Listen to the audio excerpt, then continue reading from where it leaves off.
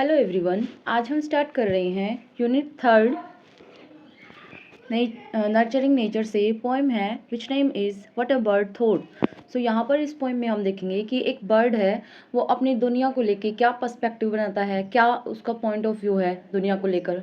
सो इस पोएम के थ्रू हम जानते हैं कि वो क्या सोचता है। So what a bird thought, कि एक बर्ड क्या सोचता है।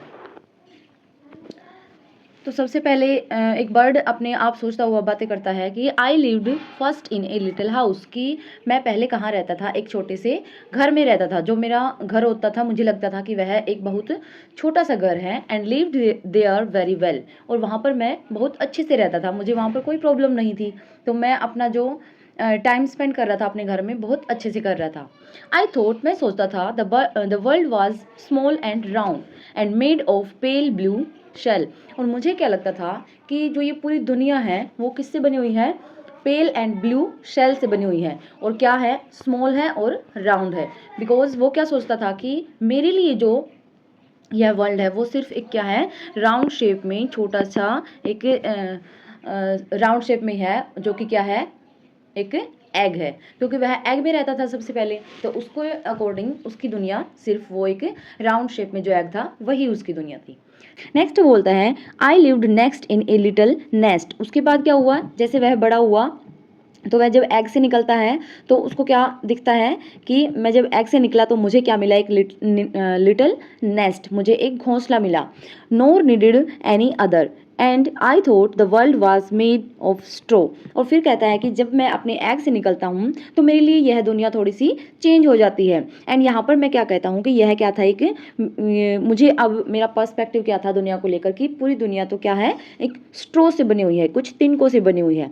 Then he said and nestled by my mother, जो कि किस नेस्टल्ड होता है प्रोटेक्टेड, जो कि किसके द्वारा प्रोटेक्ट की गई है, माई मदर के द्वारा। तो यहाँ पर वह बोलता है कि जब मैं पैदा होता हूँ, जहाँ से मुझे याद है, जहाँ जब मैंने जानना शुरू किया था, तो मेरे लिए एक पूरी दुनिया क्या थी, एक स्मॉल एंड राउंड शेप में एक थी, वो पूरी दुनिया थी। जब मैं बड़ा हुआ तो मुझे क्या मिला, एक नेस्ट मिला, तो मेरा पर्सपेक्टिव चेंज हो गया। तो फिर मैं सोचने लगा कि दुनिया क्या है, स्ट्रो से बनी हुई है, एंड जो कि प्रोटेक्ट की जाती है मदर के थ्रू। देन फिर से जब मैं थोड़ा और बड़ा हुआ तो मैंने क्या देखा, वन डे, एक दिन, आई फ्लटर्ड होता है टू मूव और make something move quickly and lightly, मतलब कि मूव करना, फड़फड़ाना।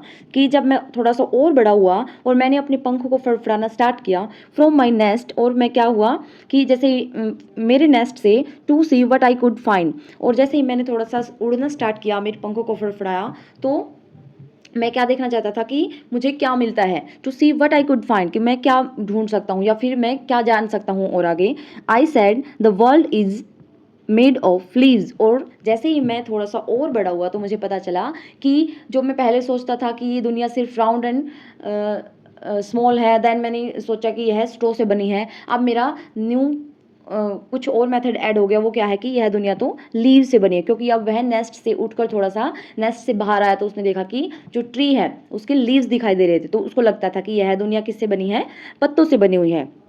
आई हैव बीन एवर ब्लाइंड, और कहता है कि मैं तो अभी तक बिल्कुल ब्लाइंड था। ब्लाइंड मतलब कि मुझे तो इस चीज़ के बारे में पता ही नहीं था, मैं इन चीज़ों से अनजान था। सो अब मुझे पता चला कि यह दुनिया तो लीव्स के थ्रू बनी हुई है। Then he said at length I flew beyond the tree quite fit for grown up laborers. I don't know how the world is made and neither do my neighbors. तो कहता है कि जब मैं और थोड़ा सा बड़ा हुआ, at length, और थोड़ी सी, और बाद में क्या हुआ, आई फ्लू बियॉन्ड द ट्री, मैं ट्री से थोड़ा सा दूर उड़ना स्टार्ट किया। Quite fit for grown up labours, जो ग्रोन अप लेबर्स मतलब कि जो और उसके जो उससे बड़े जो बर्ड्स हैं उसके फैमिली में या फिर उसके आसपास के पेड़ों पर जितने भी नेस्ट हैं वहाँ के बर्ड्स हैं, जैसे वो काम करते हैं, उठ के जाते हैं, अपना खाना सर्च करने के लिए जाते हैं। सो दे आर कोल्ड लेबर्स, तो जैसे वो लेबर्स होते हैं उनकी तरह ही जब मैंने उड़ना स्टार्ट किया तो मैं थोड़ा सा उड़ा, तो मैंने क्या जाना, आई डोंट नो, कि मैं बिल्कुल नहीं जानता how the world is made, कि यह वर्ल्ड कैसे बना। क्योंकि जब वह उड़ा तो उसने क्या देखा कि पूरा वर्ल्ड बहुत सारी चीज़ों से घिरा हुआ है। वो यहाँ तक उसने क्या सोचा था सबसे पहले कि मेरा छोटी सी एक ये स्मॉल राउंड शेप में यही मेरा वर्ल्ड है। फिर उसको पता चला कि स्ट्रो से बना हुआ वर्ल्ड है। देन ही रियलाइज दैट कि जो ये लीव्स हैं यही उसका वर्ल्ड है। लेकिन जैसे ही वह उड़ना स्टार्ट किया उन और लेबर्स की तरह ही उसने स्टार्ट किया, तो उसको क्या पता चला कि वर्ल्ड तो बहुत कुछ है, मुझे तो कुछ भी नहीं पता इसके बारे में, क्योंकि कहीं उसको घर दिखाई देते हैं, कहीं उसको सी दिखाई देता है, कहीं उसको पानी दिखाई देता है, कहीं उसको बहुत सारी ट्रीज दिखाई देते हैं। सो अब वह कहता है कि मुझे तो इसके बारे में कुछ नहीं पता, and I don't know how the world is made, मुझे नहीं पता ये वर्ल्ड कैसे बना है, and neither do my neighbours, और जो मेरे नेबर्स हैं जो कि मेरी तरह लेबर्स बने हुए काम करने के लिए जाते हैं, खाना सर्च करने जाते हैं, उड़ते हैं, बड़े हो गए हैं, उनको भी इस बारे में नहीं पता है। एंड यहाँ पर अनोनिमसली लिखा हुआ है, इसका मतलब क्या होता है कि इसके राइटर का, इसके पोइट का पता नहीं है कि ये किसके द्वारा लिखी गई है। नाउ हम इसके कुछ क्वेश्चन कर लेते हैं। First is where did the little bird live, कि जो लिटिल बर्ड था वह कहाँ रहता था, तो वो कहाँ रहता था, नेस्ट में रहता था। The little bird lived under the protection, तो किसकी प्रोटेक्शन में था, मदर के प्रोटेक्शन में था। वैसे हर बच्चा ही किसकी प्रोटेक्शन में रहता है, मदर की प्रोटेक्शन में रहता है। हमारे लिए सबसे ज़्यादा प्रोटेक्टिव, सबसे ज़्यादा इंपॉर्टेंट पर्सन कौन होता है हमारी लाइफ में, हमारी मदर ही होती है। And third question, the bird's first house was pale, जो बर्ड का फर्स्ट हाउस था वो क्या था, पेल ब्लू शेल था, जिसको वह फर्स्ट हाउस समझता था, जिसके लिए वही एक छोटी सी क्या थी, दुनिया थी, वो क्या था, pale blue shell. Next, what is the metaphor very blind highlight, जो वेरी ब्लाइंड मेटाफॉर दिया गया है। मेटाफॉर क्या होता है, जिसमें डायरेक्ट चीज़ें होती नहीं, उसके थ्रू कुछ और कहा जाता है। जैसे कि यहाँ पर क्या कहा है, ब्लाइंड, ब्लाइंड क्या वो एग्जैक्टली ब्लाइंड था, क्या उसको दिखाई नहीं दे रहा था, नहीं ना।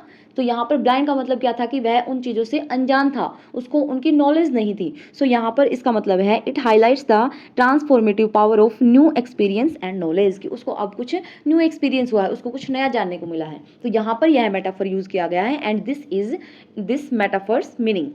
So that's all for today.